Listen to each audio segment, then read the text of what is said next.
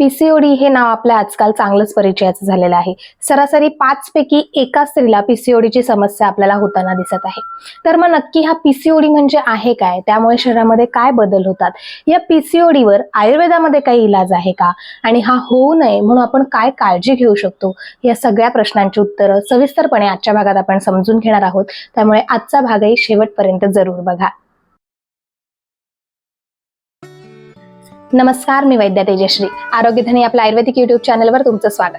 आजच्या भागातला सगळ्यात पहिला प्रश्न तो म्हणजे हे पीसीओडी म्हणजे नेमकं काय प्रकरण आहे? तर याचा फुल फॉर्म असा आहे पॉलिसिस्टिक ओव्हेरियन डिसीज किंवा पॉलिसिस्टिक ओव्हेरियन सिंड्रोम. तर हा जो आहे तो एक लाईफस्टाईल डिसऑर्डर आहे. जसं डायबिटीज आहे, बीपी आहे, हे जे लाईफस्टाईलमुळे खराब लाईफस्टाईलमुळे आपल्याला होतात, त्याच पद्धतीनं पीसीओडी हा स्त्रियांना होणारा लाईफस्टाईल डिसऑर्डर आहे. स्त्रियांची जी प्रजनन संस्था आहे किंवा रिप्रोडक्टिव्ह सिस्टीम आहे त्यामध्ये हा आजार होतो. तर आपली जी नॉर्मल फिजिओलॉजी असते स्त्रियांची, त्यामध्ये एक ठराविक वयात आल्यानंतर मुलींना पिरियड येतात, मासिक पाळी सुरू होते आणि काही वर्षांनंतर ही मासिक पाळी येईनाशी होते, म्हणजे आपण त्याला मेनोपॉज असं म्हणतो. पण हे जे वर्ष आहेत मधली, त्यामध्ये दर महिन्याला रेग्युलर ठराविक दिवसानंतर पाळी येणं अपेक्षित असतं आणि स्त्रियांच्या आरोग्याचं एक ते प्रतीक असतं आणि त्याद्वारे अनेक फिजिओलॉजिकल स्त्रियांच्या ज्या ऍक्टिव्हिटीज आहेत त्या केल्या जातात. पण या पीसीओडी मध्ये काय होतं की ही जी नॉर्मल फिजिओलॉजी आहे स्त्रियांच्या शरीराची ती बदलते किंवा ती डिस्टर्ब होते. कारण आपली जी ही पूर्ण नॉर्मल फिजिओलॉजी आहे काही हॉर्मोन्सद्वारे रेग्युलेट केली जाते. आपल्या ज्या शरीरामध्ये वेगवेगळ्या ग्रंथी आहेत, ग्लँड्स आहेत, त्याच्याद्वारे काही हॉर्मोन्सची स्त्राव निर्माण होतो शरीरामध्ये आणि त्याद्वारे आपली जी ही नॉर्मल फिजिओलॉजी आहे पिरियडची ती रेग्युलेट केली जाते. पण पीसीओडी मध्ये काय होतं की हे हॉर्मोन्सचं रेग्युलेशन जे आहे ते डिस्टर्ब होतं. हॉर्मोन्स व्यवस्थित मात्रेमध्ये निर्माण होत नाहीत, त्यामुळे आपली जी ही नॅचरल प्रोसेस आहे ती व्यवस्थित होत नाही, त्यामध्ये डिस्टर्बन्स येतो.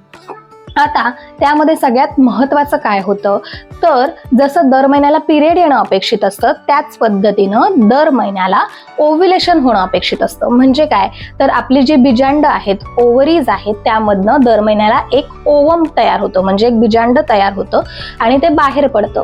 आणि ज्या वेळेस या बीजांडाचा संपर्क स्त्री बीजाचा संपर्क पुरुष बीजाशी होतो, म्हणजे स्पर्मशी होतो, त्यानंतर फर्टिलायझेशन होतं, म्हणजेच बाळ निर्माण होतं. तर प्रेग्नन्सीची प्रोसिजर होते. तर यामध्ये काय होतं की हे जे ओवम आहेत, म्हणजे ही जी बीजांड आहेत ती पूर्णतः तयार होत नाहीत. अतिशय छोट्या स्वरूपामध्ये ही ओव्हरीमध्ये म्हणजे आपल्या जो बीजकोश आहे त्याच्यामध्ये तयार होऊन पडलेली असतात, साचतात आणि ती पूर्णतः तयार झालेली नसतात, त्याच्यामुळे ती बाहेर पडू शकत नाही. आणि त्यावेळी त्यांची एक गाठ तयार होते आणि जे आपलं बीजांड आहे, बीजकोश आहे, त्या बीजांडाच्या ज्या गाठी आहेत त्या त्याच्यावर साठायला सुरुवात होते. आणि या गाठींनी जो एक पॉलिसिस्टिक म्हणजे अनेक गाठींनी युक्त असं ओव्हरी तयार होते, आपलं बीजकोश आहे तो तयार होतो. आणि त्याच्यामुळे काय होतं की दर महिन्याला जे ओव्ह्युलेशन आहे ते व्यवस्थित होत नाही, आपलं जे पिरियड येण्याची प्रक्रिया आहे ती व्यवस्थित होत नाही आणि मग त्यामुळे अनेक समस्यांना स्त्रियांना सामोरं जावं लागतं.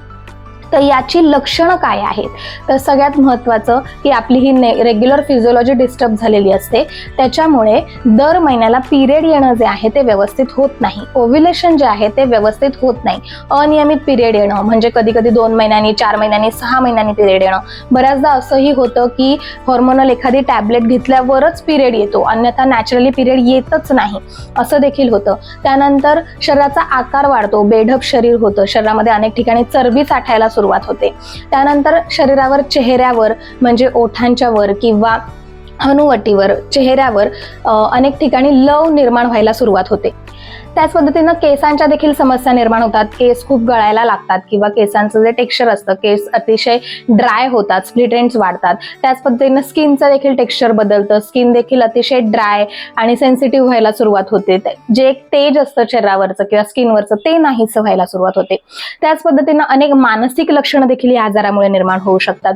तर जे वरचेवर मूड स्विंग्स होणं किंवा खूप जास्त प्रमाणात चिडचिडेपणा वाढणं किंवा खूप हळवं व्हायला होणं, हे जे मूड स्विंग्स आहेत हे देखील पीसीओडी मध्ये अतिशय कॉमन आहेत. सगळ्यात महत्त्वाचं पीसीओडीचे साईड इफेक्ट आहे, म्हणजे पीसीओडीमुळे इतर कुठले आजार होतात, तर सगळ्यात जो महत्त्वाचा आहे तो म्हणजे पीसीओडीमुळे वंध्यत्व म्हणजे इन्फर्टिलिटी येऊ शकते. कारण जी आपली बीजांड आहेत म्हणजे ओवम आहे त्याची डेव्हलपमेंट व्यवस्थित होत नाहीये, नियमित होत नाहीये आणि त्यामुळे काय होतं की जी इन्फर्टिलिटी आहे म्हणजे फर्टिलायझेशन होत नाही आणि प्रेग्नन्सी राहत नाही. त्याच पद्धतीनं हा लाईफस्टाईल डिसऑर्डर असल्यामुळे पूर्ण आपलं रुटीन फिजिओलॉजी बिघडल्यामुळे इतर जे हॉर्मोन्स असतात त्यावर देखील परिणाम होतो. त्यामुळे थायरॉइड हार्मोन देखील डिस्टर्ब होतं आणि हायपोथायरॉइडिझम आहे किंवा डायबिटीस सारख्या गोष्टी आहेत त्या देखील या आजारामुळे आपल्याला होताना दिसतात. आता हा पीसीओडी होण्यामागची कारणं काय आहेत, का बरं होतो पीसीओडी? तर जसं मी म्हटलं की हा लाईफस्टाईल डिसऑर्डर आहे, त्यामुळे तुमची लाईफस्टाईल जर खराब असेल तर ऑब्व्हियसली पीसीओडी होण्याचे चान्सेस तुम्हाला जास्त आहेत. तर यामध्ये काय होतं, आजकाल आपण बघतोय की स्त्रियांचं जे आयुष्य आहे ते अतिशय ओढाताणीचं झालेलं आहे. करिअर आहे, बाहेरचं आपलं अभ्यास असेल, कॉलेज असेल, आपलं ऑफिस असेल ते सांभाळून त्यांना घरातल्या देखील जबाबदाऱ्या सांभाळायच्या असतात. त्यामुळे शारीरिक आणि मानसिक दोन्ही पद्धतीनं त्यांचं एक्झर्शन आहे ते खूप जास्त प्रमाणात होत असतं. खूप जास्त प्रमाणात कामाचा असेल, घरातल्या कामांचा असेल, स्ट्रेस असतो आणि त्याच पद्धतीनं जे आपलं रेग्युलर लाईफस्टाईल असतं ते देखील व्यवस्थित नियमित नसतं. म्हणजे खाण्यापिण्याच्या वेळा ठरलेल्या नसतात, झोपेच्या वेळा व्यवस्थित नसतात, अतिशय खराब म्हणजे बऱ्याचदा जेव्हा भूक लागले तेव्हा खाल्लं जात नाही आणि कोणत्याही वेळेला आपण खातो किंवा बाहेरचं खाल्लं खूप जास्त जातं म्हणजे जंक फूड आहे, फास्ट फूड आयटम्स आपण जास्त प्रमाणात खातो. त्याच पद्धतीनं आजकाल स्त्रियांमध्ये देखील व्यसनांचं प्रमाण वाढताना दिसत आहे. अल्कोहोल आहे, स्मोकिंग आहे, त्याच्यामुळे देखील हे जे लाईफस्टाईल आहे ते खराब होत आहे आणि हे वेगवेगळ्या समस्या स्त्रियांमध्ये निर्माण होत आहेत. त्याच पद्धतीनं आपलं जे लाईफस्टाईल आहे, आपलं जे डे टू डे रुटीन आहे ते एकदम सेडेंटरी झालंय. म्हणजे घरातलं काम आहे, ऑफिसचं काम आहे, पण यामध्ये शारीरिक एक्झर्शन जास्त आपलं होत नाही. बऱ्याचदा आपलं बैठं काम असतं, प्रवास देखील बैठा असतो, आरामशीर असतो आणि शारीरिक एक्झर्शन आहे ते होत नाही कारण आपण नियमितपणे व्यायाम करत नाही, योगासारख्या ज्या गोष्टी आहेत त्या आपण फॉलो करत नाही आणि त्याच्यामुळे देखील आपलं जे शारीरिक मानसिक स्वास्थ्य आहे ते बिघडतं आणि त्यामुळे हे लाईफस्टाईल डिसऑर्डर्स आहेत ते आपल्याला होऊ शकतात. आपल्याला पीसीओडी झालाय हे ओळखायचं कसं?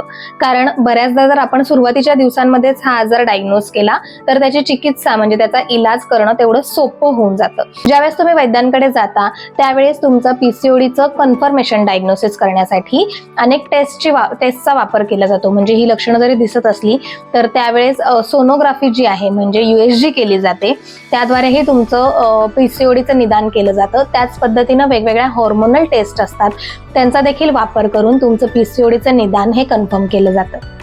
तर या पीसीओडीवर आयुर्वेदामध्ये काही इलाज आहे का? आयुर्वेदाच्या काळामध्ये पीसीओडी होता का? किंवा पूर्णतः आयुर्वेदामुळे पीसीओडी बरा होऊ शकतो का? तर या सगळ्या प्रश्नांची उत्तर आहे हो. पीसीओडी या नावाने जरी आयुर्वेदामध्ये वर्णन नसलं तरी पीसीओडीमुळे जे काही लक्षणं निर्माण होत आहेत, जे काही सिम्पटम आपल्याला दिसत आहेत त्या सगळ्यांचं सविस्तर वर्णन आणि त्याची चिकित्सा आयुर्वेदामध्ये सांगितलेली आहे. त्यामुळे त्याचा वापर करून आपण पूर्णतः पीसीओडी आयुर्वेदाच्या चिकित्सेने बरा करू शकतो. तर त्यामध्ये सगळ्यात पहिले येतं शमन औषधी. म्हणजे ज्यावेळेस तुम्ही वैद्यांकडे जाता या पीसीओडीची चिकित्सा करण्यासाठी त्याकरता तुम्हाला पोटातनं देखील काही औषधं दिली जातात. त्यामध्ये वेगवेगळे काढे, चूर्ण, गोळ्या असतील, तुपं असतील अशा पद्धतीची औषधं दिली जातात आणि त्याद्वारे तुमचं हे जे हॉर्मोनल इम्बॅलन्स आहे तो क्युअर करण्याचा प्रयत्न केला जातो. त्याच पद्धतीनं शोधन चिकित्सा म्हणजे पंचकर्म चिकित्सेचा देखील पीसीओडीच्या आजारामध्ये खूप चांगल्या पद्धतीनं रिझल्ट येताना दिसतो. मग त्यामध्ये बस्ती आहे, म्हणजे आपण या पंचकर्माविषयीचा सविस्तर व्हिडिओ केलेला आहे, तो तुम्ही पुन्हा एकदा बघू शकता. तर बस्ती आहे, त्यानंतर उत्तर बस्ती नावाचा एक प्रकार आहे जो स्त्रियांमध्ये केला जातो. त्याच पद्धतीनं नस्य आहे, वमन आहे, विरेचन आहे. त्या पद्धतीनं तुम्हाला ज्या प्रकारचा पीसीओडी झालेला आहे किंवा जी लक्षणं तुमची आहेत त्यानुसार तुम्हाला ते पंचकर्म आयुर्वेदिक वैद्य सजेस्ट करतात आणि त्याचाही खूप अतिशय चांगला वापर या आजारामध्ये होताना दिसतो. त्याच पद्धतीनं आहार विहार यामध्ये करेक्शन म्हणजे जसं की हा लाईफस्टाईल डिसऑर्डर आहे, त्यामुळे ज्यावेळेस तुम्ही लाईफस्टाईलमध्ये करेक्शन करता त्यावेळेस हा आजार पूर्ण बरा होण्याकडे आपली वाटचाल होते. त्यामुळे तुमचा आहार कसा असावा, तुमचा विहार कसा असावा, कुठल्या पद्धतीचा व्यायाम तुम्ही करावा, हे सगळ्या प्रकारची सजेशन्स तुम्हाला आयुर्वेदिक वैद्य देत असतात आणि त्यामुळे हा आजार पूर्णतः बरा होण्यासाठी आपल्याला आयुर्वेदाची मदत घेता येते. त्यानंतर महत्त्वाचा प्रश्न की पीसीओडी होऊ नये म्हणून आपण काय काळजी घ्यावी. तर सगळ्यात पहिले जसं तुम्हाला आता समजलंय की हा लाईफस्टाईल डिसऑर्डर आहे, त्यामुळे आपली लाईफस्टाईल व्यवस्थित असणं हे सगळ्यात जास्त महत्त्वाचं आहे. तुमचं झोपेचं एक वेळापत्रक निश्चित असणं, त्याच पद्धतीनं तुमच्या खाण्यापिण्याच्या सवयी, तुमचं डेली रुटीन हे व्यवस्थित असलं पाहिजे. याबद्दल आपण वेळोवेळी आपले व्हिडिओज करत असतो की तुमचा आहार कसा असला पाहिजे, तुमची दिनचर्या कशी असली पाहिजे, ऋतुचर्या म्हणजे त्या सीझन प्रमाणे तुम्ही काय बदल केले पाहिजेत याबद्दल आपण वेळोवेळी मार्गदर्शन आपल्या चॅनेलवर करत असतो. त्या पद्धतीनं तुमचा आहार विहार आचरण असलं पाहिजे. त्याच वेळेस सगळ्यात महत्त्वाचं यामध्ये येतं ते म्हणजे रजस्वला परिचर्या. म्हणजे आपले ज्यावेळेस पिरियड येतात तर तो जो एक 4-5 दिवसांचा कालावधी असतो त्यामध्ये आपली दिनचर्या आहे, आपलं खाणं पिणं आहे हे थोडंसं बदलण्याची आवश्यकता असते, ज्याला रजस्वला परिचर्या म्हणतात. याबद्दलचाही सविस्तर व्हिडिओ आपण केलेला आहे, तुम्हाला वरती आलेल्या आय बटनवरही क्लिक करून तो बघता येईल. तर ही जी रजस्वला परिचर्या आहे ती आपण 4-5 दिवस व्यवस्थित फॉलो केली पाहिजे. त्याच पद्धतीनं ही जी लक्षणं आहेत ही सुरुवातीच्या दिवसांमध्ये जर आपल्याला दिसली तर त्याकडे दुर्लक्ष न करता वेळीच आपल्या वैद्यांचा डॉक्टरांचा सल्ला घेणं ही तितकंच महत्त्वाचं आहे. आणि सगळ्यात महत्त्वाचं आहे ते म्हणजे व्यायाम करणं किंवा मेडिटेशन करणं.